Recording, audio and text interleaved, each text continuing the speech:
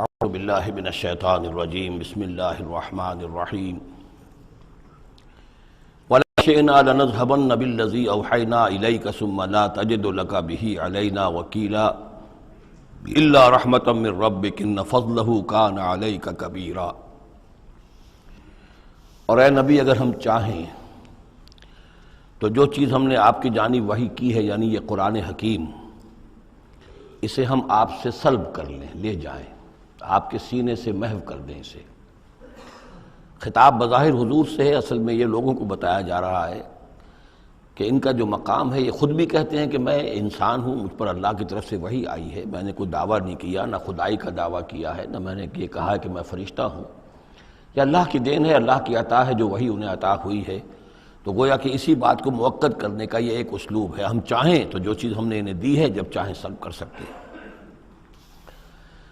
ثم لا تجد لک بہ علینا وکیلا، پھر آپ نہ پائیں گے اپنے پاس کوئی ایسی ہستی کہ جو دوبارہ آپ کو وہ حاصل کروا دے۔ الا رحمۃ من ربک، اگر نہ ہوتی رحمت آپ کے رب کی طرف سے، یعنی آپ کی طرف سے رحمت، رب کی طرف سے رحمت آپ پر ہے، اس کے ہونے کا کوئی امکان نہیں ہے، لیکن یہ کہ اصولی اعتبار سے سمجھ لیجئے کہ نہ یہ وحی جو ہے یہ آپ کی اپنی خود ساختہ ہے، نہ آپ اس کو اپنے پاس برقرار رکھنے پر خود قادر ہیں، اللہ نے عطا کی ہے اور اللہ تعالیٰ ہی اسے آپ کے سینے میں جمع کرے گا اور محفوظ رکھے گا۔ ان فضلہ کان علیک کبیرا، اس میں کوئی شک نہیں کہ اللہ کا آپ پر جو فضل ہے وہ بہت بڑا ہے۔ اب یہ آ رہی ہے وہی جو تحدی اور چیلنج جو ہے کہ پوری کتاب کا مطالبہ شروع میں کیا گیا کہ لائیے، پوری کتاب لائیے، قرآن جیسی کتاب بنا کر لائیے۔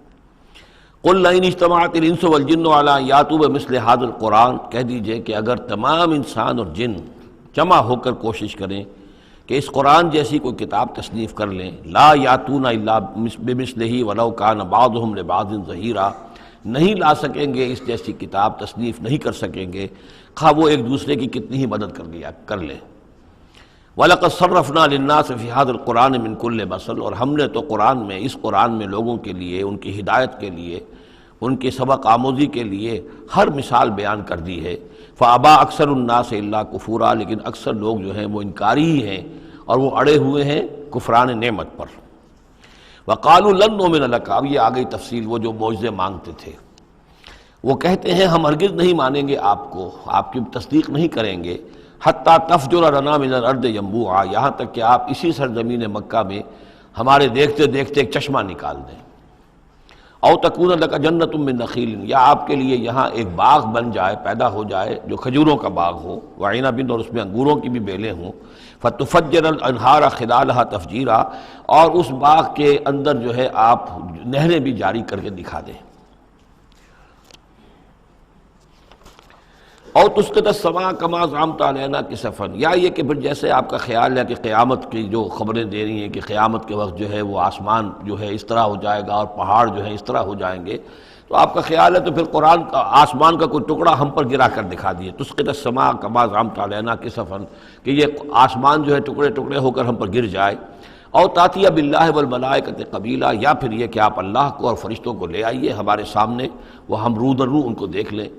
او یکون لک بیت من زخرف، یا پھر آپ کے لیے ایک محل، ایک سنہری محل جو ہے تعمیر ہو جائے۔ او ترقی فی السماء، یا پھر آسمان میں چڑھ کر دکھائیں۔ ولن نؤمن لرقیک حتی تنزل کتابا نقرأہ، اور ہم نہیں مانیں گے آپ کے چڑھنے کو بھی جب تک کہ آپ لے کر نہ اترے ایک کتاب جسے خود ہم پڑھیں کہ ہاں اس کتاب میں یہ لکھا ہوا ہے۔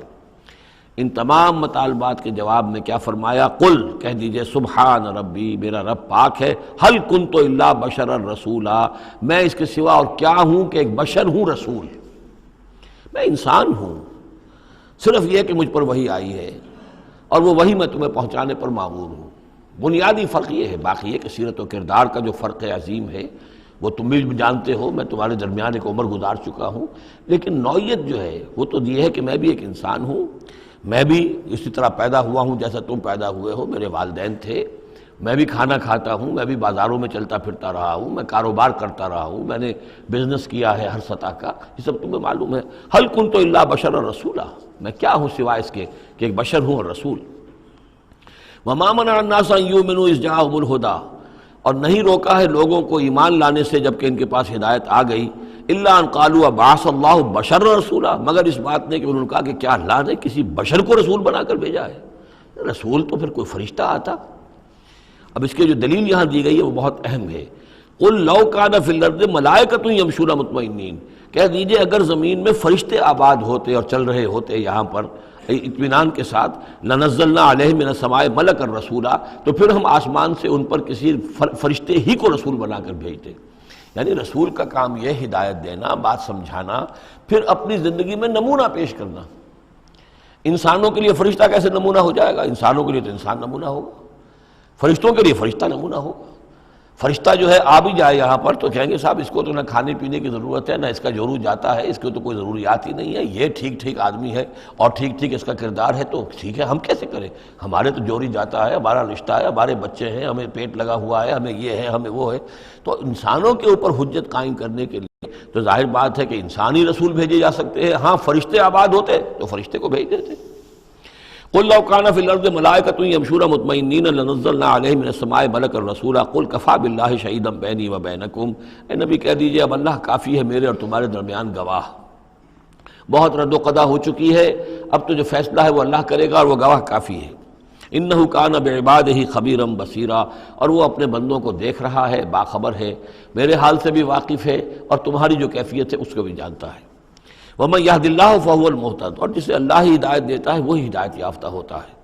وَمَن يُضْلِلْ فَلَن تَجِدَ لَهُ أَوْلِيَاءَ مِن دُونِهِ، اور جس کی کہ ضلالت پر اس کی طرف سے فیصلہ ہو چکا ہو تو پھر اس کے لیے تم نہیں پاؤ گے کوئی بھی ولی اس کے سوا۔ وَنَحْشُرُهُمْ يَوْمَ الْقِيَامَةِ عَلَىٰ وُجُوهِهِمْ عُمْيًا وَبُكْمًا وَصُمًّا، اور ہم انہیں جمع کریں گے قیامت کے دن میدان حشر میں تو وہ منہ کے بل اوندھے چلیں گے، اندھے ہوں گے، گونگے ہوں گے، بہرے ہوں گے۔ مَأْوَاهُمْ جَهَنَّمُ، اور ان کا ٹھکانہ ہوگی آگ جہنم، کلما خبت، جیسے جیسے وہ بجھنے لگے گی زدناہم سعیرا، ہم اسے اور بھڑکا دیا کریں گے۔ یعنی یہ کہ اگر کہیں اس کی آگ میں کوئی کمی شدت میں، اس کی حرارت میں، تمازت میں آئے گی ہم اس میں پھر اضافہ کر دیں گے۔ ذالک جزاؤہم بما کفروا، ان کے لیے جزا ہے اس لیے کہ انہوں نے کفر کیا بے آیاتنا، ہماری آیات کا۔ وقالوا اذا كنا عظاما ورفاتا، اور انہوں نے کہا کہ کیا جب ہو جائیں گے ہڈیاں اور وہ بھی چورا چورا، انا لمبعوثون خلقا جدیدا، تو کیا ہم دوبارہ اٹھا لیے جائیں گے ایک نئی تخلیق کی صورت میں۔ اولم یروا، کیا انہوں نے دیکھا نہیں، ان اللہ الذی خلق السماوات والارض قادر، کہ وہ اللہ کے جس نے آسمان بنائے اور زمین بنائی وہ اس پر قادر نہیں ہے، ان یخلق مثلہم، کہ ان جیسی مخلوق کو پیدا کر دے۔ تمہیں ایک دفعہ پیدا کیا تھا، تمہاری طرح کا آدمی دوبارہ پیدا کرنے اس کے لیے مشکل کیوں ہو گیا؟ وَجَعَلَ لَهُمْ أَجَلًا لَا رَيْبَ فِيهِ، اور ان کے لیے وہ معین کر دے ایک وقت معین جس میں کوئی شک نہیں، کسی طرح کا ریب اور شک نہیں۔ فَأَبَى الظَّالِمُونَ إِلَّا كُفُورًا، تو یہ ظالم جو ہیں یہ تو انکاری ہیں اور سوائے کفران نعمت کے اور ان آیات الہیہ کے کفر کے کوئی اور روش اختیار کرنے کو تیار نہیں ہے۔ قل لو انتم تملکون خزائن رحمت ربی، اے نبی ان سے کہہ دیجئے اگر تمہارے ہاتھ میں اختیار ہوتا میرے رب کے کی رحمت کے خزانوں کا، اذا لامسکتم خشیۃ الانفاق، تو تم ان خزانوں کے دروازے بند کر دیتے، انہیں روک کر رکھتے کہ کہیں خرچ نہ ہو جائیں، تمہارے اندر تو اس قدر بخل ہے۔ وکان الانسان قتورا، انسان ہے بہت ہی دل کا تنگ۔ وَلَقَدْ آتَيْنَا، آپ دیکھیے اس سورہ مبارکہ کا پہلا رکوع جو تھا اس میں بھی بنی اسرائیل کی تاریخ، لیکن حضرت موسیٰ علیہ السلام کا وہاں سے ذکر شروع کیا کہ ہم نے انہیں کتاب دی، وَآتَيْنَا مُوسَى الْكِتَابَ وَجَعَلْنَاهُ هُدًى لِبَنِي اسرائیل۔ اور یہ واقعہ کب ہوا ہے کہ جب کہ مصر سے وہ نکل کر آ چکے تھے صحرائے سینا میں، گویا کہ پوری داستان جو مصر کی تھی اس کا وہاں پر تذکرہ نہیں ہے، لیکن اس سورہ مبارکہ کے آخری رکوع میں پھر حضرت موسیٰ کا ذکر آ رہا ہے۔ یہ گویا کہ خاص اسلوب ہے اس قرآن مجید کی صورتوں کا، خاص طور پر جو صورتیں کہ ایک ہی وقت میں خطبے کی شکل میں نازل ہوں، ان کی ایک تو یہ کہ ابتدائی اور آخری آیات جو ہیں ان کی ایک خصوصی اہمیت اور فضیلت ہوتی ہے، اور دوسرا یہ کہ ان کے اندر خاص ربط ہوتا ہے۔ تو بنی اسرائیل کی تاریخ کے بعد کے ادوار وہاں آئے ہیں، لیکن جو مصر کے اندر ان کے ساتھ ہوا ہے اس کا ذکر اب یہاں ہو رہا ہے۔ وَلَقَدْ آتَيْنَا مُوسَىٰ 9 آیات بینات، اور ہم نے موسیٰ کو 9 نشانیاں دی تھیں روشن۔ 2 نشانیاں تو وہ تھیں کہ جو وہ اولین مرحلے پر اللہ تعالیٰ نے ان کو دی تھیں، یعنی یہ کہ ایک عصا جو کہ وہ سانپ بن جاتا تھا یا اژدہا بن جاتا تھا، اور دوسرے ان کا وہ ہاتھ کے جو چمکنے لگتا تھا۔ اس کے بعد 7 نشانیاں ان کو جو اور دکھائی گئیں مختلف اوقات میں، ان پر جو عذاب آئے اور حضرت موسیٰ کے دعا کرنے سے پھر وہ وقت پر ٹل جاتے رہے، تو ان میں سے سنین، نقص من الثمرات، طوفان، جراد یعنی ٹڈی دل، قمل چچڑیاں، ضفادع یعنی مینڈک، اور خون کی بارش، یہ تمام جو ہے یہ سورہ اعراف کے اندر تفصیل گزر چکی ہے۔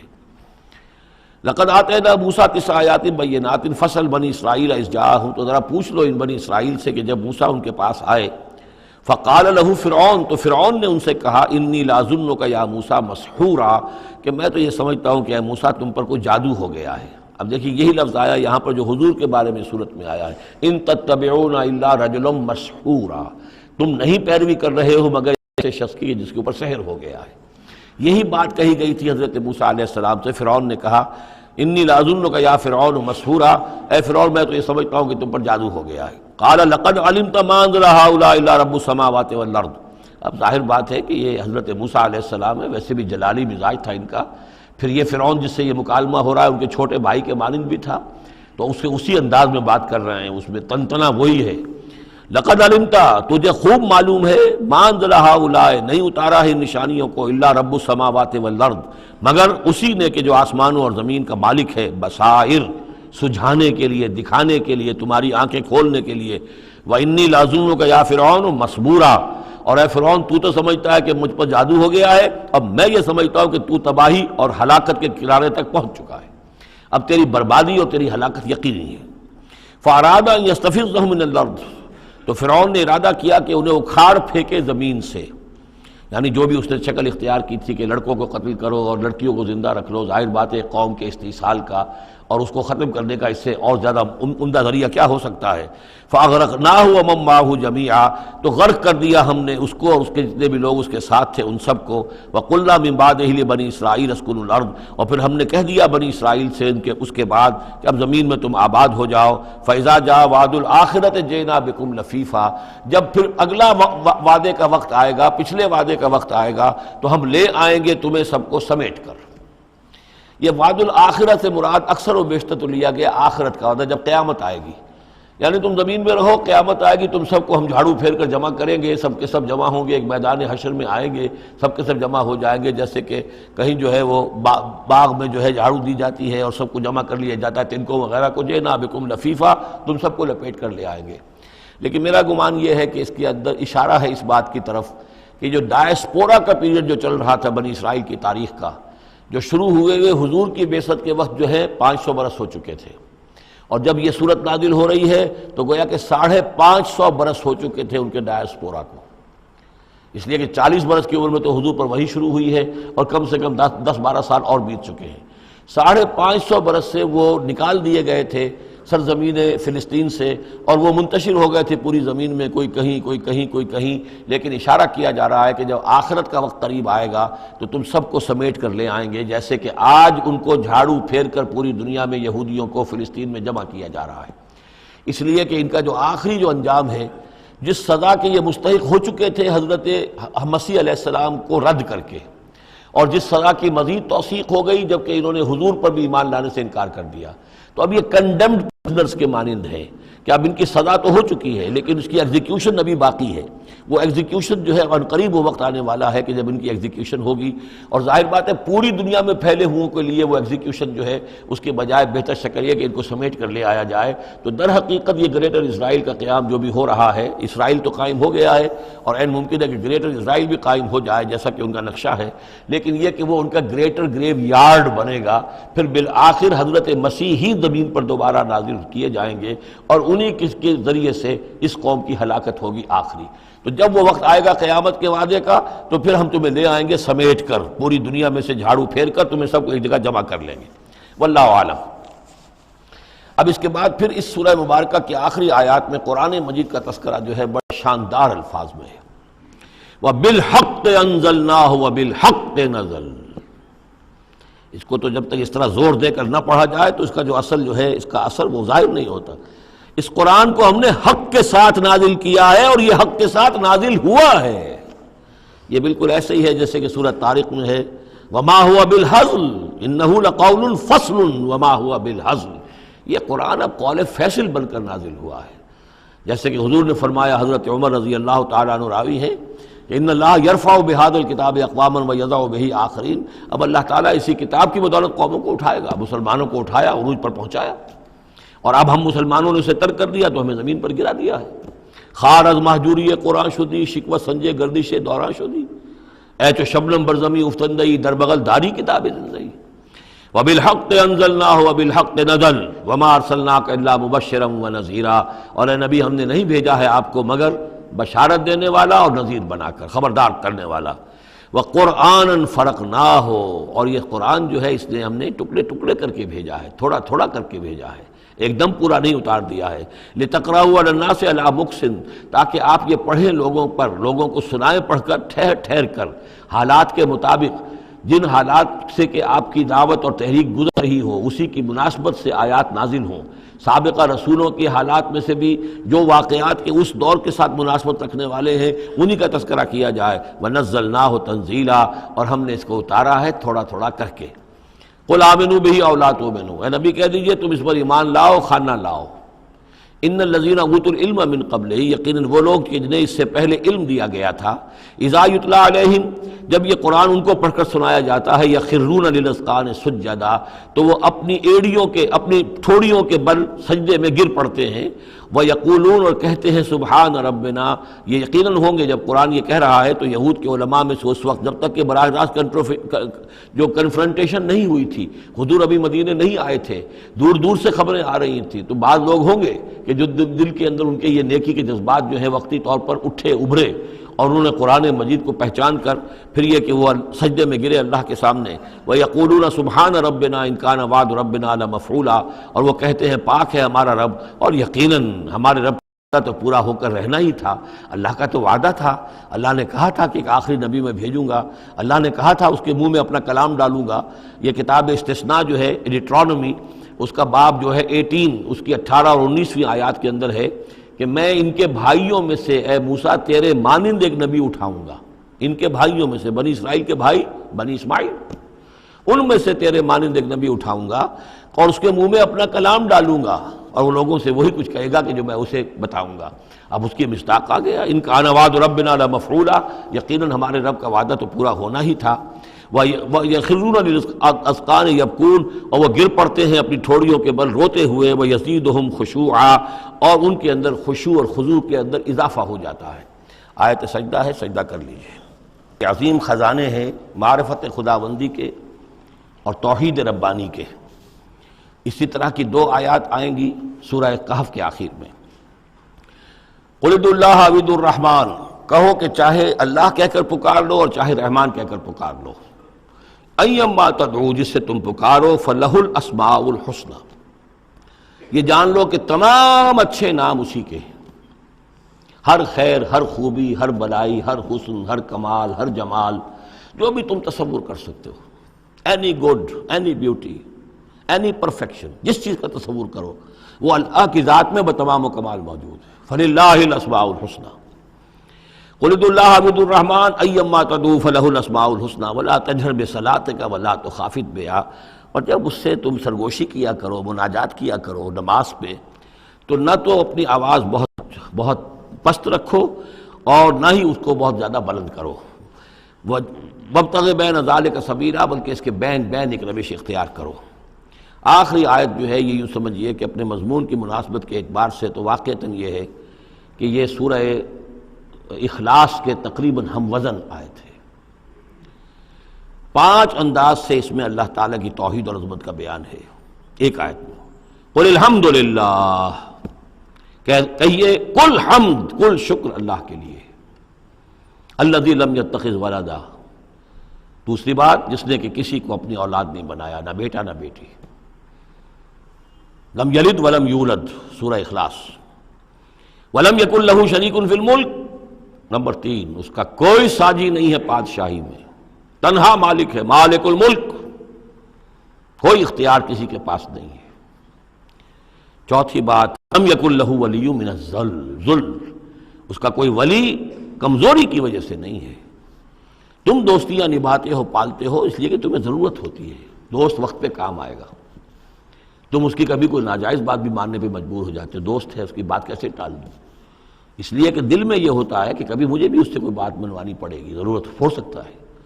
اللہ کو کوئی احتیاج نہیں،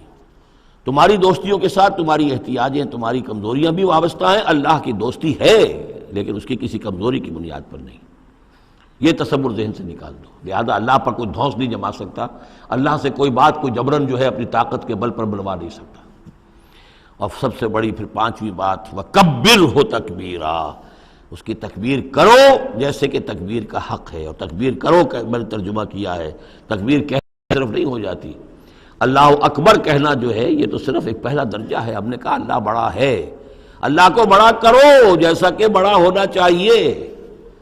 تمہاری پارلیمنٹ میں اس کی بڑائی مانی جائے، طے ہو اس پارلیمنٹ کے اوپر تلوار لٹکی ہوئی ہے، کتاب و سنت کے خلاف کوئی قانون سازی یہاں نہیں ہو سکتی، تب معلوم ہوا کہ اس پارلیمنٹ میں اللہ بڑا ہے۔ تمہاری عدالت کے اندر اللہ بڑا ہو، معلوم ہو کہ اللہ کے قوانین کے خلاف یہاں کوئی فیصلہ نہیں ہو سکتا۔ وَمَن لَّمْ يَحْكُم بِمَا أَنزَلَ اللَّهُ فَأُولَٰئِكَ هُمُ الْكَافِرُونَ، جب تک اس پر عمل نہیں ہوتا اللہ بڑا کہاں ہے؟ اللہ کو تو آپ نے مسجدوں میں بند کر دیا، مسجدوں میں رہو بس، یہاں ہم تیری تکبیر بھی کریں گے، جو بھی ہے جو بھی ہم کچھ تسبیح تحمید کرتے رہیں گے، بازار سے باہر نہ، مارکیٹ میں بھی کوئی اور چیز بڑی ہے، گھر میں بھی بیوی بڑی ہے، کیا کریں بیوی نہیں مانتی، کیا کریں جی عورتیں نہیں مانتی، بات تو واقعی غلط ہے، آپ جو کہہ رہے ہیں بات صحیح ہے، لیکن کیا کریں عورتیں نہیں مانتی، کون بڑا ہے؟ بڑا تو پھر اللہ نہیں ہے۔ کبر ہو تکبیرا، اسے بڑا کرو جیسے کہ بڑا کرنے کا حق ہے۔ تو یہ پانچ اسلوب ہیں اس میں کہ جو توحید کے بیان ہوئے ہیں۔ سورۃ الکہف، بسم اللہ الرحمن الرحیم، الحمد للہ الذی انزل علی عبدہ الکتاب ولم یجعل لہ عوجا۔ یہ پوائنٹ میں نوٹ کرا چکا ہوں کہ آخری آیت کیا تھی؟ قل الحمد للہ، کہو کل حمد اللہ کے لیے ہے۔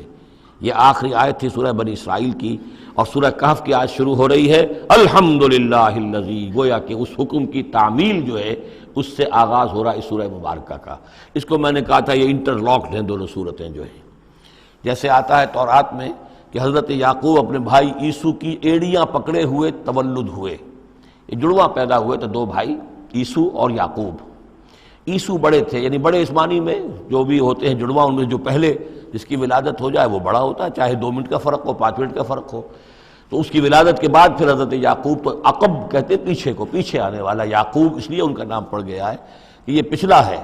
جو پہلا تھا وہ عیسو تھا، عیسو کے بارے میں کچھ معلوم نہیں ان کی اولاد وغیرہ کدھر گئی، بہرحال وہ ایک علیحدہ بحث ہے۔ تو اسی طریقے سے یہ سورہ کہف جو ہے گویا کہ سورہ بنی اسرائیل کی ایڑیاں پکڑے ہوئے قرآن مجید میں وارد ہو رہی ہے۔ اس میں آپ دیکھیے الحمدللہ الذی انزل علی عبدہ، وہی اللہ تعالیٰ نے اللہ کے اپنے رسول کی جو نسبت ہے اس کو عبد کے نمایاں کیا ہے، کتاب نازل کی ولم یجعل لہ عوجا، اور اس میں کوئی کجی نہیں رکھی، قیما سیدھی ٹھیک ٹھیک روشن مبین، لینذر بأسا شدیدا۔ اب یہ ہے لفظ جو بہت زیادہ غور کرنے کے قابل ہے۔ اس کتاب کے حضور پر نزول کے مقاصد میں سے ایک یہ بھی ہے خبردار کر دیں ایک بہت بڑی آفت سے۔ ویسے باسن جب واحد آتا ہے تو عام طور پر اس کے معنی جنگ ہوتے ہیں، جب جمع میں آتا ہے تو سختی، مصیبت، بھوک، فاقہ، یہ سارے بأسا۔ آیت البر میں بھی ہم نے پڑھا والصابرین فی البأساء والضراء وحین البأس۔ بأسا جب جمع میں آیا ہے تو فقر و فاقہ، تکلیف، مصیبت، اور حین الباس جنگ کے وقت۔ تو ان دونوں کو ذہن میں رکھیے، بہت بڑی آفت، بہت بڑی آفت، بہت بڑی آفت۔ ایک تو ہے دجالی فتنے کی، دجال المسیح الدجال جو آنے والا ہے، جس کے بارے میں حدیث میں آتا ہے کہ کوئی نبی اور رسول ایسا نہیں گزرا جس نے اپنی قوم کو دجال کے فتنے سے آگاہ نہ کیا، اور پوری انسانی تاریخ میں دجال کے فتنے سے بڑا کوئی فتنہ نہیں ہوگا، اور وہ ہر بندہ مومن کے امتحان کے لیے کڑا ترین جو ہے مرحلہ آ جائے گا، سخت ترین امتحان اس کا لیا جائے گا۔ تو یہ جو سختی ہے اس کی خبر دیتے ہوئے یہ سورہ مبارکہ نازل ہو رہی ہے۔ اور خاص طور پر اسے باسن اگر جنگ کے معنی میں لیں تو الملحمۃ العظمیٰ، کتاب الملاحم، جو کہ آپ دیکھیں گے احادیث کی کتابوں میں پورا باب ہے کتاب الملاحم، اور اس کا تعلق بھی دجال کے ساتھ ہے، کیونکہ پھر دجال ہی کو قتل کریں گے حضرت مسیح علیہ السلام نازل ہو کر۔ تو یہ سارا مسئلہ جو ہے اس کی خبر دینے کے لیے قیما لینذر بأسا شدیدا من لدنہ، گویا کہ یہ جو احادیث کی کتابوں میں آپ کو حدیث کے ابواب ملتے ہیں چاہے وہ کتاب الفتن ہو اور چاہے وہ کتاب جو ہے آثار قیامہ ہے، اس طرح کے جتنے بھی ہیں، اور کتاب الملاحم ہے، یہ گویا کہ اس کی شرح ہیں۔ لِيُنذِرَ بَأْسًا شَدِيدًا مِّن لَّدُنْهُ، اور یہ ہوگا بھی خاص اللہ کی طرف سے، یہ آزمائش بھی، یہ دجال کا فتنہ بھی، یہ بہت بڑی جنگ بھی، جس کو آرمگڈون کہتے ہیں۔ کرسچین جو ٹریڈیشن ہے اس میں اس کے لیے لفظ ہے آرمگڈون، ایک بہت بڑی جنگ ہوگی۔ ڈکشنری میں بھی آپ دیکھیں گے کہ خیر اور شر کی قوتوں کے درمیان اس دنیا کے خاتمے سے پہلے ایک بہت بڑی جنگ ہونی ہے جس کا نام یہ آرمگڈون ہے۔ لِيُنذِرَ بَأْسًا شَدِيدًا مِّن لَّدُنْهُ وَيُبَشِّرَ الْمُؤْمِنِينَ الَّذِينَ يَعْمَلُونَ الصَّالِحَاتِ، اور تاکہ بشارت دے وہ ان اہل ایمان کو جو نیک عمل کرتے ہوں، أَنَّ لَهُمْ أَجْرًا حَسَنًا، کہ ان کے لیے ہوگا بہت اچھا بدلہ، مَاكِثِينَ فِيهِ أَبَدًا، اور وہ اس میں رہیں گے ہمیشہ ہمیشہ۔ یہ جو دجالی فتنہ ہے اس کے ساتھ ایک خاص مناسبت ہے اس سورہ مبارکہ کی۔ احادیث میں آتا ہے کہ دجالی فتنے کے اثرات سے بچنے کے لیے اس سورہ مبارکہ سے ذہنی اور قلبی رشتہ مفید ہے، اس کی تلاوت کرتے رہنا، خاص طور پر جمعے کے روز پوری سورہ کہف، ورنہ یہ کہ کم سے کم اس کی ابتدائی اور آخری آیات ان کی بڑی اہمیت ہے۔ دجالی فتنہ اصل میں کیا ہے سمجھ لیجئے کہ ایک تو ہے دجالی فتنہ بالعموم، دجل کہتے ہیں فریب کو، جیسے کہ کوئی نبی نہیں ہے، وہ اس نے فریبی لبادہ اوڑھ لیا، نبوت کا دعویٰ کر رہا ہے، وہ دجال ہے۔ تو اس طرح کی تو حضور نے فرمایا ہے کہ 30 دجال پیدا ہوں گے، انہی میں سے ایک ہمارے زمانے کے اندر جو ہے یہ غلام احمد قادیانی بھی تھا، وہ دجال تھا جس نے کہ اعلان کیا کہ میں نبی ہوں جبکہ وہ نبی نہیں تھا۔ تو فریبی بنا ہوا جس نے کہ ملمہ اپنے اوپر چڑھایا ہوا ہے۔ اسی طریقے سے دجالی فتنہ یہ جو ہے اس پوری دنیا میں اس وقت جو فتنہ ہے وہ یہ ہے کہ مادہ پرستی کا اتنا غلبہ ہو چکا ہے ذہنوں کے اوپر، افکار کے اوپر، لوگوں کے نظریات کے اوپر، لوگوں کے اخلاق کے اوپر، لوگوں کے اقدار جو ہیں، ویلیوز جو ہیں اس کے اوپر، کہ وہ آخرت کو بالکل بھول گئے، اللہ کو بھول گئے، اسباب کے اندر گم ہے، مسبب الاسباب سے ذہول ہو گیا، دنیا ہی دنیا ہے، آخرت کو بھولے ہوئے ہیں،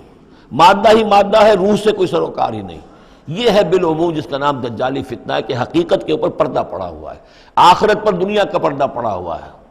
یہ دنیا جو ہے در حقیقت کیا ہے؟ وَمَا الْحَيَاةُ الدُّنْيَا إِلَّا مَتَاعُ الْغُرُورِ، یہ دھوکے کا سامان ہے۔ اصل زندگی کو اس نے ڈھانپا ہوا ہے، ہم نے یہ سمجھ لیا کہ زندگی یہی ہے، اسی کے لیے بھاگ دوڑ، محنت، صبح و شام، اسی کے مستقبل کی فکر ہے، لیکن اصل جو زندگی اس کی کوئی فکر ہی نہیں ہے۔ باقی ایک دجال جو ہے جو آئے گا وہ معاملہ احادیث کے اندر بھی بڑی طوالت کے ساتھ ہے، اور اس میں کافی پیچیدگیاں بھی ہیں، بعض چیزیں جو ہیں ایک دوسرے سے کچھ مختلف بھی ہیں، اس میں پھر اہل علم کو بہرحال مطابقت پیدا کرنی پڑتی ہے۔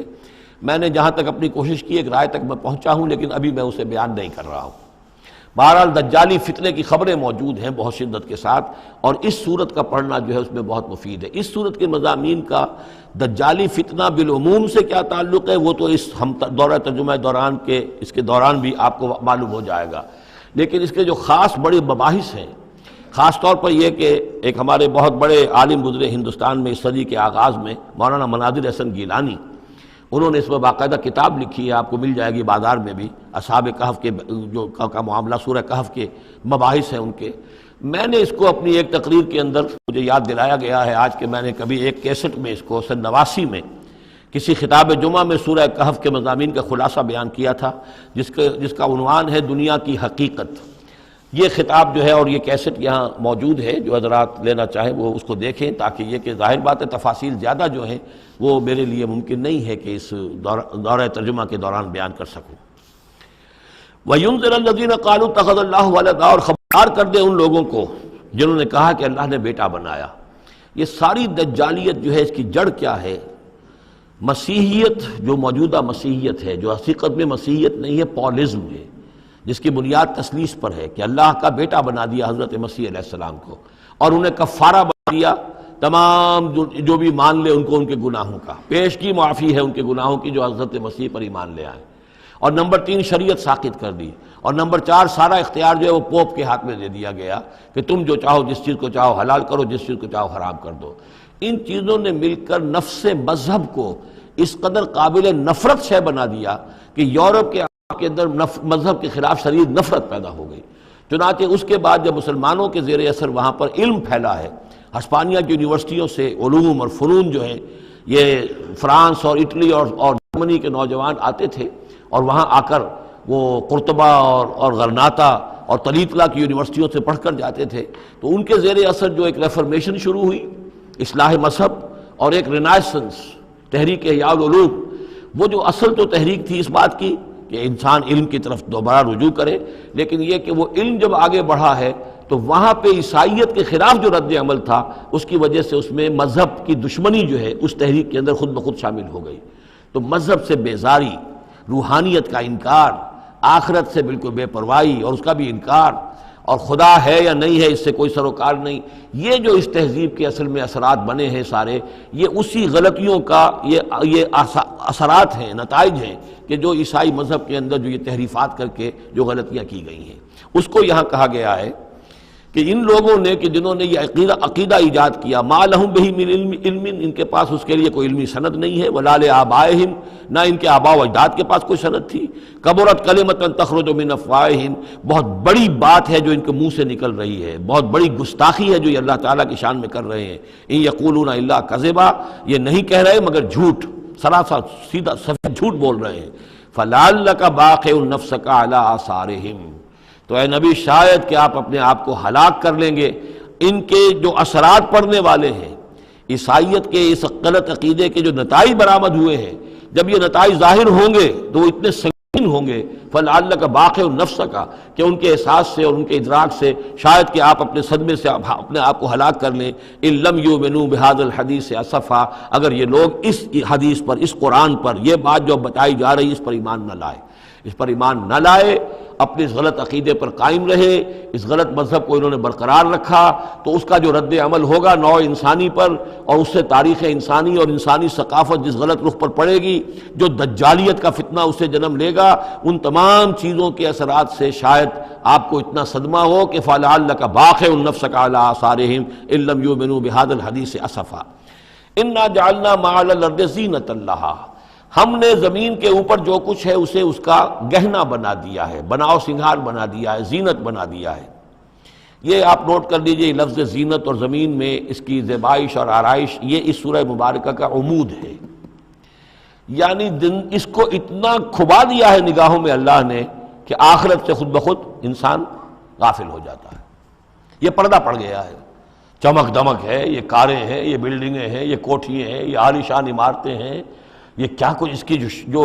یوں سمجھیے پومپ اینڈ شو جو ہے اس وقت دنیا کا، اور ظاہر بات ہے امریکہ میں جا کر دیکھیے تو جو کچھ یہاں دیکھ رہے ہیں اس سے 10 گنا 100 گنا 1000 گنا آپ کو نظر آئے گا، عقلیں دنگ ہو جاتی ہیں۔ نتیجہ کیا نکلتا ہے کہ انسان یہ سمجھتا ہے کہ اصل شے یہی مادہ ہی ہے، اصل ہدایت پہ یہی لوگ ہیں، یہی لوگ ہیں صحیح معنی میں کہ جنہوں نے واقعتاً علم حاصل کیا ہے، لہٰذا ان کی غلط تہذیب، ان کا غلط تمدن، ان کے تمام غلط ثقافت کے معاملات کے بھی ہم اسی طریقے سے پیروی کر رہے ہیں۔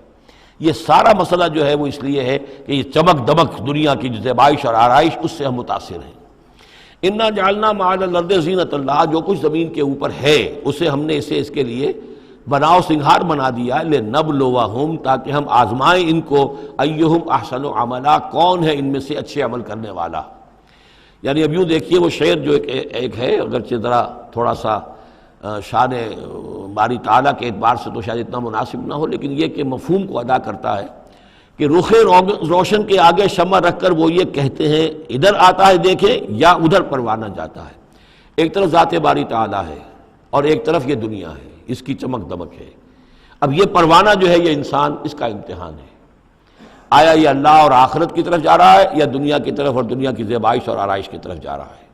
جو زیبائش اور آرائش کی طرف چلا گیا وہ گیا، وہ تباہ و برباد ہو گیا، فقط خسر خسران مبینا۔ اور جس نے اس دنیا کی زیبائش اور آرائش اس سے منہ موڑ کر وہ جو حقیقت جو اصل حسن ازلی ہے اللہ تعالیٰ کا اور اس کا جو جلال اور کمال ہے اور جو آخرت کی نعمتیں ہیں ان کو اختیار کر لیا، وہ کامیاب ہو گیا۔ تو امتحان اتنا ہی ہے کہ رخ روشن کے آگے شمع رکھ کر وہ یہ کہتے ہیں ادھر جاتا ہے دیکھیں یا ادھر پروانہ آتا ہے۔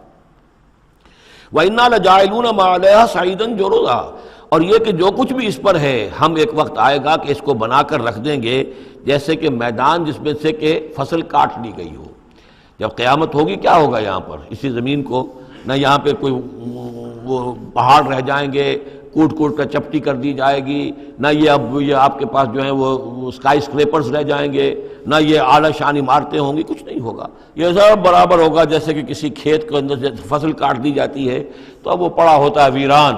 وَإِنَّا لَجَاعِلُونَ مَا عَلَيْهَا صَعِيدًا جُرُزًا، ہم اسے کر کے چھوڑیں گے ایسا کھیت کہ جہاں پر چورا پڑا ہوا ہو، صرف بچا کھچا جو ہے وہ اس کا توڑی کا اور کچھ نہ ہو۔ ام حسبت ان اصحاب الکہف والرقیم کانوا من آیاتنا عجبا، اب یہاں سے اصحاب کہف کی بات شروع ہو رہی ہے، کیونکہ پوچھوایا تھا یہودیوں نے اصحاب کہف کون تھے۔ کیا تم سمجھتے ہو کہ اصحاب الکہف والرقیم، رقیم جو ہے ان کی تختی تھی ایک جس کے اوپر ان کے حالات لکھ کر، جو ان کے ایک جو کہف تھی ان کی غار جو تھی اس کے اوپر لگا دی گئی تھی،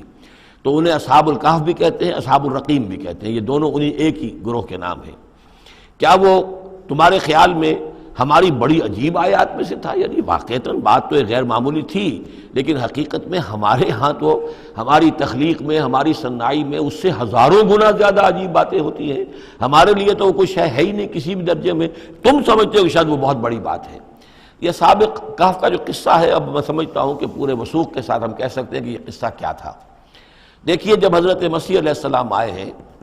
تو یہ پورا علاقہ جو ہے فلسطین کا، اور یہاں پہ جو آپ نے تبلیغ کی ہے، تو یہ اس وقت رومن امپائر کا ایک حصہ تھا۔ اگرچہ مقامی طور پر ایک لوکل بادشاہ جو تھا یہودی وہاں پر حکومت کر رہا تھا، لیکن وہ پپٹ تھا، اصل میں تو حکومت جو تھی رومیوں کی، جو رومی تھے بت پرست۔ اور اس کے بعد چونکہ انہوں نے بغاوت کی، حضرت مسیح تو اٹھا لیے گئے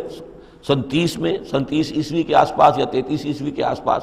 لیکن اس کے بعد جو ہے ان یہودیوں نے بغاوت کی رومیوں کے خلاف، جس کے نتیجے میں سن 70 عیسوی میں ٹائٹس رومی نے تو ان کی حکومت بھی ختم کی اور بیت المقدس کو برباد کیا، یروشلم کو تباہ کیا، 1,33,000 یہودیوں کو قتل کیا اور ان کو بھیج دیا، نکال دیا وہاں سے باہر۔ اس وقت کا معاملہ یہ ہے کہ اب کوئی اکے دکے جو بھی رہ جاتے تھے یہاں پر، کوئی یہودی یا عیسائی، یہودیوں کو تو نکال دیا، عیسائی رہ گئے، لیکن عیسائیوں پر بھی بہت ظلم ہوتا تھا۔ یہ موحد تھے، حضرت عیسیٰ کے ماننے والے، وہ بت پرست تھے۔ تو اس زمانے میں کہیں بادشاہ کوئی تھا، ڈیسیس یا دقیانوس جس کو کہتے ہیں، اس کے زمانے میں کچھ جو عیسائی تھے حضرت عیسیٰ پر ایمان رکھنے، آج کے عیسائیوں پر قیاس نہ کیجئے، جو نصارہ تھے حضرت عیسیٰ کو ماننے والے جو موحدین تھے، ان میں سے کچھ نوجوانوں کی پیشی ہوئی بادشاہ کے دربار میں۔ انہوں نے کہا کہ تم اپنے نئے دین سے اگر باز نہیں آؤ گے، اتنے دن کی مہلت تمہیں دی جا رہی ہے تو تمہیں سولی چڑھا دیا جائے گا، بس مہلت دی جا رہی ہے، جاؤ غور کر لو، سوچ لو۔ ان لوگوں نے آ کر سوچا کہ اب نہ تو ہمارے لیے یہ ممکن ہے کہ ہم مقابلہ کر سکیں، چلو کسی غار میں چھپ جاتے ہیں، دیکھیں اللہ تعالیٰ کیا کرتا ہے ہمارے لیے۔ وہ ایک غار میں جا کر چھپ گئے، اور غار میں جا کر چھپے ہیں تو اللہ نے انہیں وہاں پر سلا دیا، موت طاری نہیں کہ سلا دیا۔ اللہ کروٹ بھی بدلواتا رہا، ان کے لیے سارا کچھ بندوبست کیا، اللہ کی قدرت میں تھا۔ حضرت عزیر کو 100 برس کے لیے مار دیا تھا، موت کے بعد ان کو دوبارہ زندہ کر دیا۔ لیکن یہ کہ ان کا معاملہ یہ ہے کہ ان کو وہاں پر جو ہے تقریباً 300 برس یہ وہاں پر پڑے رہے اس غار کے اندر۔ غار کی شکل کچھ خاص ایسی تھی کہ ادھر آنا جانا لوگوں کا تھا ہی نہیں، اور یہ ہے جو موجودہ ترکی کے علاقے میں شہر ایفسس ہے ایک، اس کے آس پاس ہیں اس طرح کے غار، جیسے اجنٹا کے غار ہندوستان کے مشہور ہیں، ایسے ہی وہاں بھی غاروں کا سلسلہ ہے، اور ہیں بھی وہ ایسے کہ ان کے دہانے جو ہیں وہ ہیں شمال کی جانب، تو دھوپ ان میں براہ راست نہیں جاتی، صرف یہ کہ ریفلیکٹڈ لائٹ تو آتی ہے لیکن یہ کہ براہ راست دھوپ نہیں جاتی، تو ایک طرح کا اندھیرا سا اس کے اندر ٹوائی لائٹ جسے آپ کہہ لیں وہ رہتا ہے سارا دن۔ وہاں پر یہ 300 برس تک سوتے رہے۔ اس 300 برس کے عرصے میں یہ ہوا کہ رومن امپائر جو ہے اس نے خود عیسائیت اختیار کی۔ 300 عیسوی کے اندر کانسٹنٹائن جو تھا ایمپرر وہ عیسائی ہو گیا، اب پوری امپائر جو عیسائی ہو گئی۔ اب اس کے زمانے میں اس کے بعد تھیوڈوسیس ہے ایک، 446 عیسوی میں یہ تھا، اس کے زمانے میں اللہ تعالیٰ نے ان لوگوں کو جگایا 300 برس کے بعد۔ اب یہ سمجھ رہے ہیں کہ وہی زمانہ ہے، وہی کفار کی حکومت ہے، وہی مشرکین ہیں۔ اب انہوں نے ڈرتے ڈرتے اپنے کسی ایک آدمی سے کہا بھائی جاؤ یہ لے کے سکہ لے کر جاؤ چاندی کا، اور کچھ نہ کچھ کھانے پینے کے لیے لے کر آؤ، دیکھنا لیکن اس طرح ہو کہ ہمارا پتہ نہ چل جائے کہ ہم یہاں چھپے ہوئے ہیں۔ وہاں جو گئے انہوں نے وہ سکہ پیش کیا اور کہا یہ سکہ تمہارے پاس کہاں سے آیا؟ یہ تو بہت پرانا سکہ ہے، تو 400 سال پرانا، 300 سال پرانا سکہ کہاں سے لے آئے تمہیں کوئی خزانہ ملا ہے؟ بہرحال اس حوالے سے اب وہ جو ہے وہ پکڑے گئے، ان کی حالت جو ہے وہ جو بات سامنے آ گئی، لیکن جب بات سامنے آ گئی تو اب ان کا تو بہت یعنی وہ عزت کی گئی، اس لیے کہ اب تو جو ان کا مذہب تھا در حقیقت پوری مملکت کا مذہب وہی ہو چکا تھا، تو صورتحال تو تبدیل ہو چکی ہے۔ پھر یہ کہ اس کے بعد تفصیل معلوم نہیں ہے کہ غالباً وہ جا کر اپنی اسی غار میں وہ سو گئے ہیں، یا دوبارہ اللہ نے ان پر وہیں پر موت طاری کر دی ہے، اس کا دروازہ بند کر کے اور اس پر ایک تختی لگا دی گئی ہے۔ یہ اصل کہف ہے۔ گبن کی جو ہے decline and fall of Roman empire, اس میں بھی یہ 7 سلیپرز، 7 سونے والے، ان کی کہانی موجود ہے۔ یہ چیز جو ہے گویا کہ رومن لٹریچر کے اندر موجود تھی، اس کا جو ذکر موجود تھا، اور قرآن مجید میں یہ امتحاناً سوال کیا گیا حضور سے، تو اس کا جواب دیا گیا کہ یہ 300 برس تک کچھ لوگوں کو سلا دینا، یہ اللہ تعالیٰ کے نزدیک تو کوئی بڑی بات نہیں ہے، تمہارے نزدیک ام حسبت ان اصحاب الکہف والرقیم کانوا من آیاتنا عجبا اذ ابى الفتية الى الکہف، جبکہ وہ نوجوان آئے اپنے اس غار میں، فقالوا، اور انہوں نے کہا ربنا آتنا من لدنک رحمتا، پروردگار اب خاص اپنے خزانہ فضل سے ہمارے لیے رحمت کا بندوبست فرما، وہیئ لنا من امرنا رشدا، اور ہمارے لیے ہمارے معاملے کے اندر جو ہے وہ کوئی عافیت کا بندوبست فرما، فضربنا علی آذانہم، تو ہم نے تھپکی دے دی ان کے کانوں پر، فی الکہف سنین عددا، اسی وہ غار کے اندر جو ہے وہ سوتے رہے کئی سال۔ ابھی یہاں اس بات کو نہیں چھیڑا کتنے سال، سنین عددا، متعدد سال وہ سوتے رہے۔ ثم بعثناہم، پھر ہم نے انہیں اٹھایا، لنعلم ای الحزبین احصیٰ لما لبثوا امدا، تاکہ ہم دیکھیں کہ 2 گروہوں میں سے کس کو صحیح معلوم ہے کہ کتنے عرصے وہ وہاں رہے تھے۔ اس کا ذکر آگے آ جائے گا، 2 گروہوں سے مراد کیا ہے۔ نحن نقص علیک نبأہم بالحق، اے نبی ہم آپ کو ان کا یہ قصہ سنا رہے ہیں، بیان کر رہے ہیں ان کے حالات حق کے ساتھ، صحیح بلا کم و کاسٹ۔ انہم فتیۃ آمنوا بربہم، وہ چند نوجوان تھے جو ایمان لائے اپنے رب پر، توحید کے ساتھ ایمان لانے والے، وزدناہم ہدی، اور ہم نے ان کی ہدایت میں اور اضافہ فرمایا، وربطنا علی قلوبہم، ہم نے ان کے دلوں کو ڈھارس دی، مضبوطی دی، دلوں کے اندر ثبات پیدا کر دیا، اذ قاموا، جب وہ بادشاہ کے دربار میں کھڑے ہوئے، اور جیسے کبھی حضرت ابراہیم علیہ السلام نے بات کی تھی اسی طرح ڈٹ کر انہوں نے بات کی، اذ قاموا فقالوا، اور انہوں نے کہا ربنا رب السماوات والارض، ہمارا رب تو وہ ہے جو آسمانوں اور زمین کا رب ہے، ہم کسی اور رب کو ماننے کے لیے تیار نہیں، کسی اور دیوی کو، کسی دیوتا کو، کسی بت کو ہم ماننے کو تیار نہیں۔ لن ندعو من دونہ الہا لقد قلنا اذا شططا، ہم اس کے ایک الہ کے سوا کسی اور کو پکارنے کے لیے تیار نہیں ہیں، ہم نے اگر ایسی کوئی بات کہی تو یہ تو عقل سے بہت دور کی بات ہو جائے گی۔ ہؤلاء قوم اتخذوا من دونہ آلہہ، یہ جو ہماری قوم ہے اس نے بہت سے آلہہ جو ہیں اختیار کر لیے ہیں اللہ کے سوا، انہوں نے اختیار کر لیے ہیں بہت سے آلہہ اس کے سوا، لولا یاتون علیہم بسلطان بین، تو کیوں نہیں وہ پیش کرتے ان کے اوپر کوئی دلیل، کوئی سند، کوئی اللہ کی طرف سے اتاری ہوئی سند ہو، کوئی آسمانی کتاب ہو۔ فمن ازلم ممن افتری علی اللہ کذبا، تو کون ظالم ہوگا اس شخص سے بڑھ کر کہ جس نے اللہ تعالیٰ کی طرف جھوٹ گھڑ کر منسوب کر دیا۔ اور اب اس کے بعد جب ان سے کہہ دیا گیا کہ ٹھیک ہے تمہارے لیے مہلت، اس کے اندر جو ہے تمہارے لیے اب مہلت صرف چند دن کی ہے، اس میں تم فیصلہ کر لو، اگر تم اپنے دین سے واپس نہیں پھرو گے اور ہمارے دین میں واپس نہیں آؤ گے، اپنے دین کو چھوڑ کر نئے دین کو، تو تمہیں ہم ہلاک کر دیں گے۔ اب یہ وہاں سے جا کر مشورہ کر رہے ہیں، وَإِذْ اعْتَزَلْتُمُوهُمْ، اور دیکھو جب تم نے اب ان سے اپنے آپ کو علیحدہ کر لیا ہے، وَمَا يَعْبُدُونَ إِلَّا اللَّهِ، اور ان ہستیوں کو بھی تم نے چھوڑ دیا جن کی وہ پرستش کرتے ہیں اللہ کے سوا، فَآوُوا إِلَى الْكَهْفِ، تو اب آؤ کسی کھو میں، کسی غار میں پناہ لے لیں، يَنشُرْ لَكُمْ رَبُّكُم مِّن رَحْمَتِهِ، تمہارا رب تمہارے لیے وہاں کوئی رحمت کا سامان کر دے گا، وَيُحَيِّ لَكُم مِّنْ أَمْرِكُم مِّرْفَقًا، اور تمہارے معاملے کے اندر اللہ تعالیٰ خاص اپنی طرف سے کوئی نرمی اور کوئی آسائش کا سامان پیدا فرما دے گا۔ وَتَرَى الشَّمْسَ إِذَا طَلَعَت تَزَاوَرُ عَنْ كَهْفِهِمْ ذَاتَ الْيَمِينِ، اور تم دیکھو کہ سورج جب طلوع ہوتا تھا تو وہ ان کی اس غار سے کنی کتراتا ہوا داہنی طرف نکل جاتا تھا، یعنی براہ راست دھوپ جو ہے اس میں نہیں آتی تھی۔ وَإِذَا غَرَبَتْ، جب ڈوبتا تھا، تَقْرِضُهُمْ ذَاتَ الشِّمَالِ، تو بھی وہ کنی کترا جاتا تھا بائیں طرف،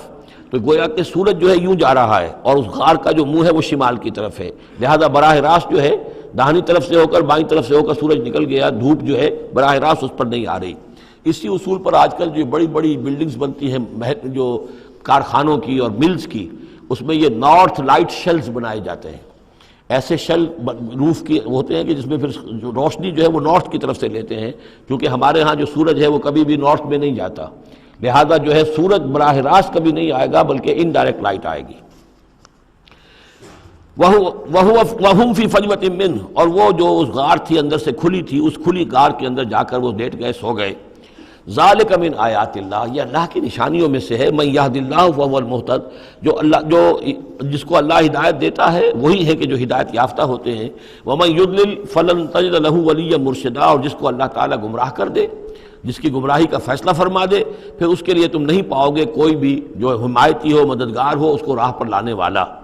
وَتَحْسَبُهُمْ أَيْقَاظًا، صورتحال ایسی تھی کہ تم اگر اس کو دیکھتے تو یہ سمجھتے کہ وہ جاگ رہے ہیں، وَهُمْ رُقُودٌ، حالانکہ وہ سو رہے ہیں۔ وَنُقَلِّبُهُمْ ذَاتَ الْيَمِينِ وَذَاتَ الشِّمَالِ، ہم ان کو کروٹیں بھی دلواتے رہے، داہنی طرف بھی بائیں طرف بھی، تاکہ یہ کہ وہ بیڈ سورز نہ ہو جائیں، ہم جدید اصطلاح میں اگر استعمال کریں تو کروٹ بھی دلوا رہا ہے اللہ تعالیٰ۔ اللہ تعالیٰ کو ہر قدرت حاصل ہے، اس کے فرشتے معمور ہیں جو کر رہے ہیں، نرسنگ بھی ہو رہی ہے۔ ذات الشمال وکلبہم باسط ذراعیہ بالوسید، ان کا ایک کتا بھی تھا جو اپنے دونوں ہاتھ پھیلا کر، دونوں اگلے جو ہیں پاؤں جو ہاتھ اس کو سمجھیے، وہ اس کے کوئی بہت ہی خونخوار قسم کا کتا تھا جو اس غار کے منہ پر اپنے دونوں ہاتھ پنجے آگے پھیلا کر بیٹھا ہوا ہے زور سے۔ اس کا نتیجہ کیا نکلتا تھا؟ لو اطلعت علیہم، اگر اچانک تمہارا کہیں وہاں گزر ہو جائے، لولیت منہم فرارا ولملیت منہم رعبا، تو وہاں سے تمہارے اوپر رعب طاری ہو جائے، خوف طاری ہو جائے، اور وہاں سے تم بھاگو، کہ بڑا بھیانک منظر ہے، ایک کہف ہے، اندر اندھیرا ہے، اور آگے جو ہے بڑا کوئی ٹیریئر بل قسم کا کتا جو ہے وہ بیٹھا ہوا ہے، خوفناک قسم کا، اور اس نے اپنے پنجے بھی آگے کیے ہوئے ہیں۔ وَلَمُلِئْتَ مِنْهُمْ رُعْبًا وَكَذَلِكَ بَعَثْنَاهُمْ، اسی طرح پھر ہم نے انہیں ایک وقت میں اٹھایا، لِيَتَسَاءَلُوا بَيْنَهُمْ، تاکہ وہ آپس میں ایک دوسرے سے سوال کریں۔ قَالَ قَائِلٌ مِّنْهُمْ كَمْ لَبِثْتُمْ، ان میں سے ایک نے کہا کتنے عرصے یہاں ہم رہے ہوں گے، کیا خیال ہے آپ کا؟ قَالُوا لَبِثْنَا يَوْمًا أَوْ بَعْضَ يَوْمٍ، انہوں نے کہا کہ ہم رہے ہوں گے ایک دن یا دن کا کچھ حصہ، تھوڑی سی نیند ہم نے لی ہے، استراحت کی ہے، اور کیا کیا ہے۔ قَالُوا رَبُّكُمْ أَعْلَمُ بِمَا لَبِثْتُمْ، کچھ اور تھے انہوں نے کہا چھوڑو اس بات کو، اللہ تمہارا جانتا ہے کتنی دیر رہے، 2 گھنٹے رہے، 2 دن رہے، کیا پتہ، ہمیں کیا معلوم۔ فَابْعَثُوا أَحَدَكُمْ بِوَرِقِكُمْ هَٰذِهِ، تو لو یہ چاندی کا سکہ، ورق جو ہے چاندی کو کہتے ہیں، تو اس کو دے کر ایک آدمی کو بھیجو الی المدینۃ، شہر کی طرف، فَلْيَنظُرْ، وہ دیکھے، أَيُّهَا أَزْكَىٰ طَعَامًا، کہاں سے کوئی پاکیزہ خوراک مل سکے۔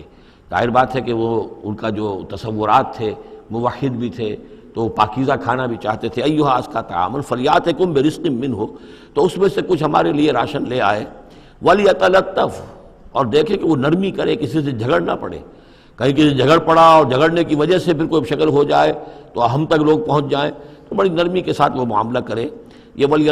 ولیتلطف نوٹ کر لیجئے، یہ تعداد حروف کے اعتبار سے قرآن مجید کا نصف ہے۔ ولیتلطف کا تے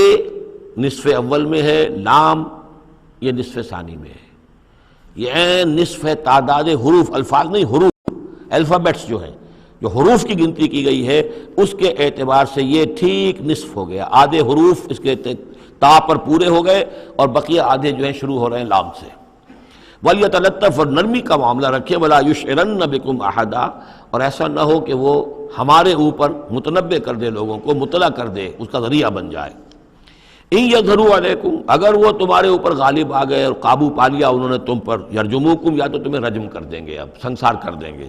او یعیدوکم فی ملتہم، یا تمہیں مجبور کریں گے اور اپنی ملت میں، اپنے دین میں وہ واپس لے جائیں گے۔ ولن تفلحوا اذا ابدا، اور اگر ایسا ہو گیا تو پھر ہمیشہ کہ تم فلاح سے دور ہو جاؤ گے، پھر نہیں پا سکو گے فلاح کبھی بھی۔ وَكَذَلِكَ أَعْثَرْنَا عَلَيْهِمْ، اس طرح ہم نے مطلع کر دیا ان لوگوں پر، یعنی اب وہاں کے لوگوں نے، شہر کے لوگوں کو مطلع ہو گئے کہ یہ لوگ، ظاہر بات ہے کہ بڑا ایک چرچا ہو گیا ہوگا یہ کون ہے۔ اب اس نے بات بتائی، پھر وہ آئے تو معلوم ہوا کہ ہاں واقعتاً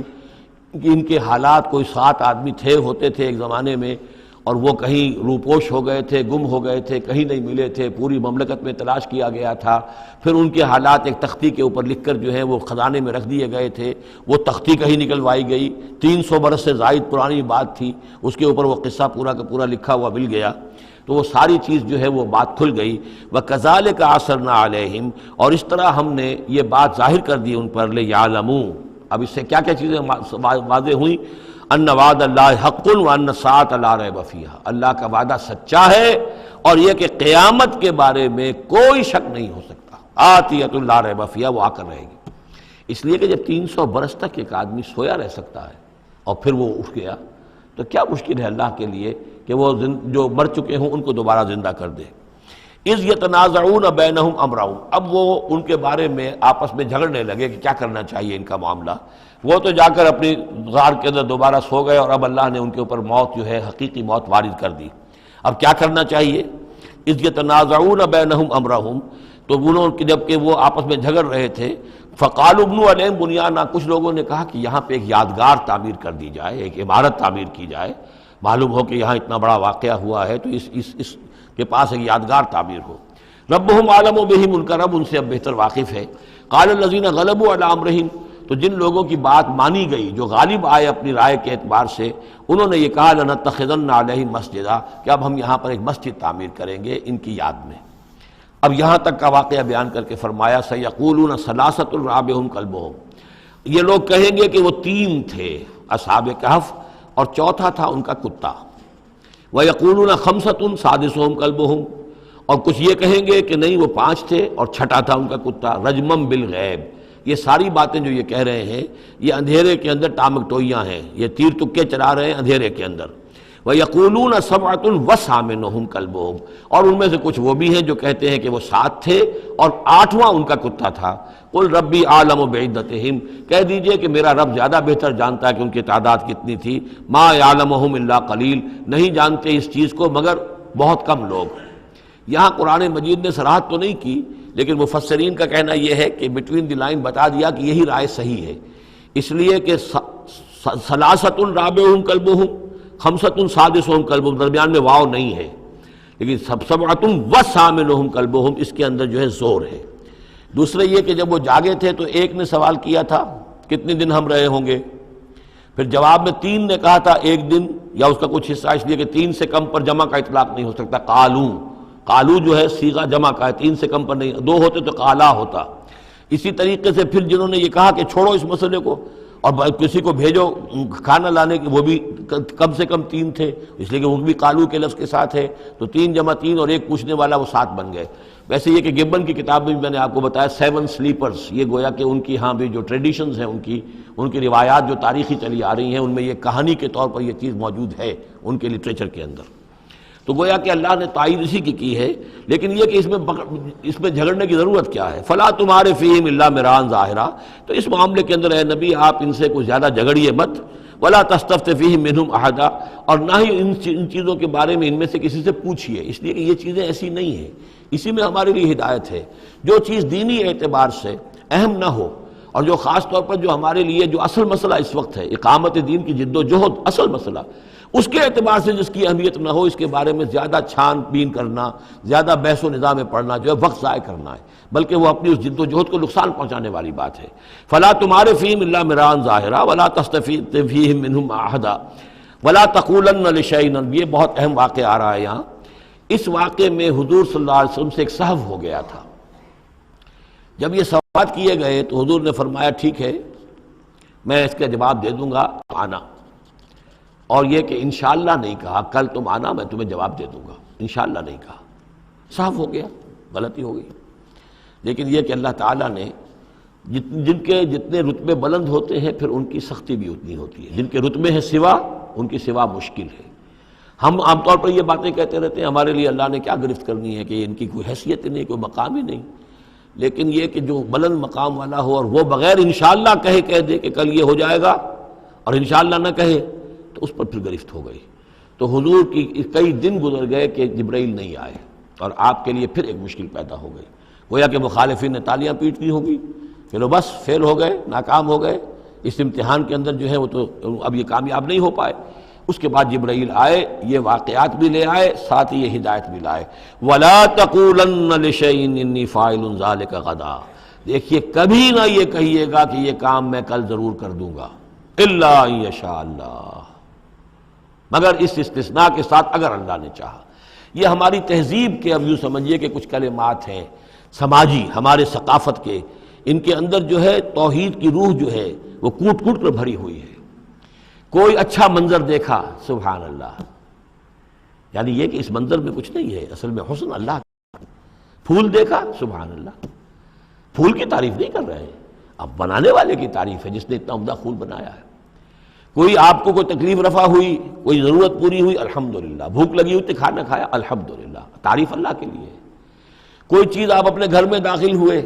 منظر اچھا لگا، بچے کھیل رہے ہیں، بڑا اچھا ماحول ہے، کہیے ماشاء اللہ، جو اللہ کو پسند ہے، یہ جو کچھ ہے وہ اللہ کی مشیت سے ہے، یہ کوئی میری صلاحیت سے، میری قوت سے تو نہیں ہے۔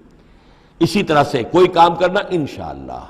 میں یہ کام کرنا تو چاہتا ہوں، ارادہ ہے، لیکن ظاہر بات ہے کہ اللہ تعالیٰ کی مشیت کے بغیر، اللہ کی مرضی اور اذن کے بغیر تو نہیں ہو سکتا۔ تو یہ بھی گویا کہ، اور یہ سارے کلمات اس صورت میں آپ کو مل جائیں گے، ماشاءاللہ، انشاءاللہ، اور اس سے پہلے ہم الحمدللہ سے شروع کر چکے ہیں۔ الحمدللہ الذی انزل علی عبدہ الکتاب ولم یجعل لہ عوجا ولا تقولن لشیء انی فاعل ذلک غدا الا ان یشاء اللہ واذکر ربک اذا نسیت، اور اپنے رب کو یاد کر لیا کیجئے جب آپ بھول جائیں، یعنی یہ کہ اگر کسی وقت بھول جائیں تو پھر جب یاد آ جائے وَاذْكُرْ رَبَّكَ، تو پھر اللہ تعالیٰ کی طرف دھیان لگائیے۔ وَقُلْ عَسَىٰ أَن يَهْدِيَنِ رَبِّي لِأَقْرَبَ مِنْ هَٰذَا رَشَدًا، اور کہیے کہ ہو سکتا ہے کہ میرا رب اس معاملے میں اس سے بہتر راہ کی طرف میری رہنمائی کر دے، یعنی میں یہ کیوں کہوں کہ یہ کام میں کروں گا، ہو سکتا ہے اللہ تعالیٰ جو ہے اس سے بہتر کوئی صورتحال پیدا کر دے۔ لہذا اس معاملے کے اندر بھی کوئی زیادہ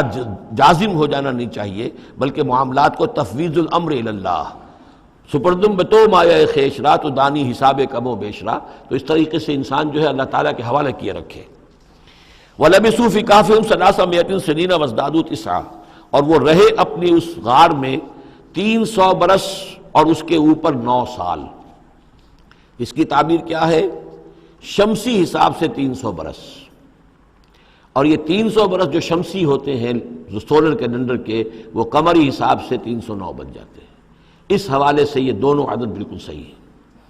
قُلِ اللَّهُ أَعْلَمُ بِمَا لَبِثُوا، کہیے یہ بھی اللہ بہتر جانتا ہے کتنے عرصے رہے، اس میں بھی بحث میں پڑھنے کی ضرورت نہیں۔ لَهُ غَيْبُ السَّمَاوَاتِ وَالْأَرْضِ،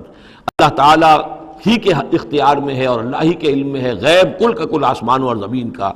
اب صرف بہی واسمع، کیا ہی عجیب اور اچھا ہے وہ دیکھنے والا، اور کیا ہی اچھا ہے وہ سننے والا، اس کی سماعت، اس کی بصارت کا تم کیا اندازہ کرو گے۔ ما لہم من دونہ من ولی،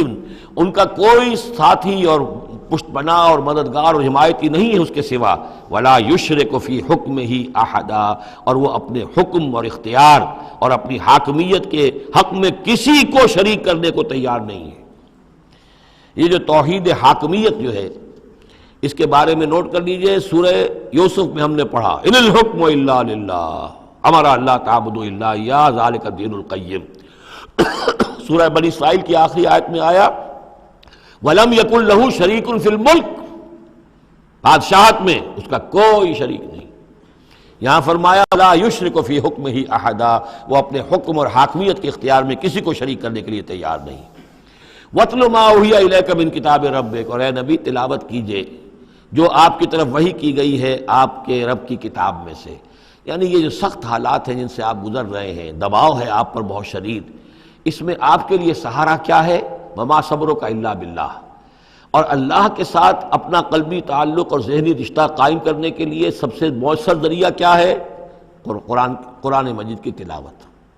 وَاتْلُ مَا أُوحِیَ إِلَيْكَ مِن کِتَابِ رَبِّكَ، جو بھی آپ کی طرف وحی کیا گیا ہے آپ کے رب کی کتاب میں سے، اس کی تلاوت کرتے رہا کیجئے۔ لا مبدل لکلماتہ، اس کی باتوں کو بدلنے والا کوئی نہیں ہے۔ وَلَن تَجِدَ مِن دُونِهِ مُلْتَحَدًا، اور اس کے سوا آپ کو کہیں کوئی پناہ نہیں ملے گی۔ پناہ دینے والا بھی وہی ہے، کوئی اور پناہ نہیں دے سکے گا۔ سختی کتنی بھی ہے جھیلیے، برداشت کیجئے، اس سختی کو آسان بنا سکتے ہیں اللہ کی کتاب کی تلاوت کریے اور کر کے سناتے رہیے اپنے ساتھیوں کو بھی، اسی سے تمہارے اوپر یہ سختیاں جو ہیں ہلکی ہو جائیں گی، ان بھاری چیزوں کو برداشت کرنا آسان ہو جائے گا۔ لیکن جان لیجئے پناہ ملے گی تو اللہ کے دامن میں، نہ کہیں جہاں میں پناہ ملی جو اما ملی تو کہاں ملی میرے جرم خانہ خراب کو تیرے عفو بندہ نواز میں۔ لن تجد من دونہ ملتحدا واصبر نفسک مع الذین یدعون ربہم بالغداۃ والعشی، اور اپنے آپ کو روکے رکھیے اور صبر کیجئے ان لوگوں کے ساتھ جو اپنے رب کو پکارتے ہیں صبح و شام۔ یہ اگرچہ غرباء میں سے ہیں، یہ بلال ہیں، یہ عبداللہ ابن ام مکتوم ہیں، یہ نابینا ہیں، یہ ابو فقی ہیں، یہ غلام ہیں، یہ عمار ہیں، اور یہ اسی طریقے سے خباب ہیں، لوہار ہیں، یہ لوگ جو ہیں آپ ان کی رفاقت کو غنیمت سمجھیے۔ وَاصْبِرْ نَفْسَكَ مَعَ الَّذِينَ يَدْعُونَ رَبَّهُم بِالْغَدَاةِ وَالْعَشِيِّ يُرِيدُونَ وَجْهَهُ، وہ اللہ کی رضا کے طالب ہیں، طلبگار ہیں، اللہ سے محبت کرنے والے ہیں۔ وَلَا تَعْدُ عَيْنَاكَ عَنْهُمْ، اور دیکھیے آپ کی نگاہیں ان سے ہٹ کر، ادھر نہ جائیں جن کے پاس دولت ہے، انہم ترید زینت الحیات الدنیا، کہیں آپ کی نگاہ ادھر نہ جائے جہاں زیبائش ہے، آرائش ہے، دنیا کی چمک دمک ہے، دولت ہے، آپ ولید بن مغیرہ کی طرف تو متوجہ ہوں اور عبداللہ ابن ام مکتوم کی جانب نہ ہو، معاذ اللہ ایسا نہ کیجیے۔ یہ بالکل وہی بات ہے جو ہم سورہ ہجر میں بھی پڑھ چکے ہیں، وَلَا تَمُدَّنَّ عَيْنَيْكَ إِلَىٰ مَا مَتَّعْنَا بِهِ أَزْوَاجًا مِّنْهُمْ زَهْرَةَ الْحَيَاةِ الدُّنْيَا، یہ جو بھی ہم نے ان کو دے رکھا ہے دنیا کا ساز و سامان، چمک دمک، اس کی طرف آپ کی نگاہیں نہ اٹھیں۔ وَلَا تَعْدُ عَيْنَاكَ عَنْهُمْ، آپ کی نگاہیں ان سے ہٹ کر، انہیں نظر انداز کر کے ان لوگوں کی طرف نہ متوجہ ہو جائیں، ترید و زینت الحیات الدنیا، تو کیا آپ بھی دنیا کی، کہ لوگوں کو یہ گمان ہونے لگے، شک ہو جائے کہ آپ کی نگاہ میں بھی دنیا کی زینت کا جو ہے بہت اس کی اہمیت ہے۔ وَلَا تُطِعْ مَنْ أَغْفَلْنَا قَلْبَهُ عَنْ ذِكْرِنَا، اور مت بات مانیے اس کی جس کے دل کو ہم نے اپنی یاد سے غافل کر دیا ہے، وَاتَّبَعَ هَوَاهُ، اور جو اپنی خواہش نفس کی پیروی کر رہا ہے، وَكَانَ أَمْرُهُ فُرُطًا، اور اس کا کام جو ہے وہ اعتدال سے بہت ادھر ادھر ہو گیا ہے۔ بارک اللہ لی ولکم فی القرآن العظیم ونفعنی وإیاکم بالآیات والذکر الحکیم۔